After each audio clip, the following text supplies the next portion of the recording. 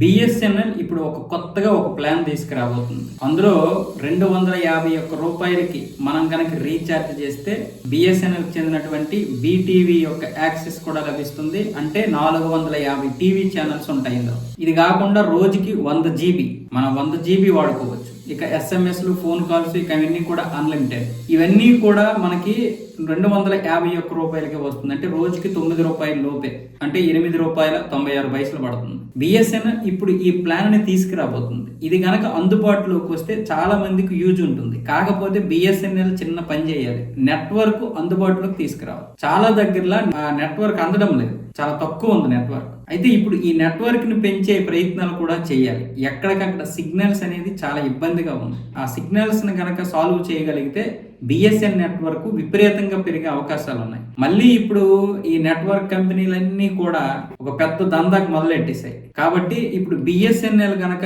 ఈ యొక్క విధానం తీసుకొస్తే అది చాలా మందికి ఉపయోగం. పైగా ఈ ప్లాను 28 రోజులు కాదు, 30 రోజులు. మామూలుగా అయితే 28 రోజులు చెప్పి మనకి సంవత్సరానికి 13 సార్లు దోచేస్తున్నారు కదా, అంటే ఒక టర్మ్ ఎక్స్ట్రా దోచేస్తున్నారు.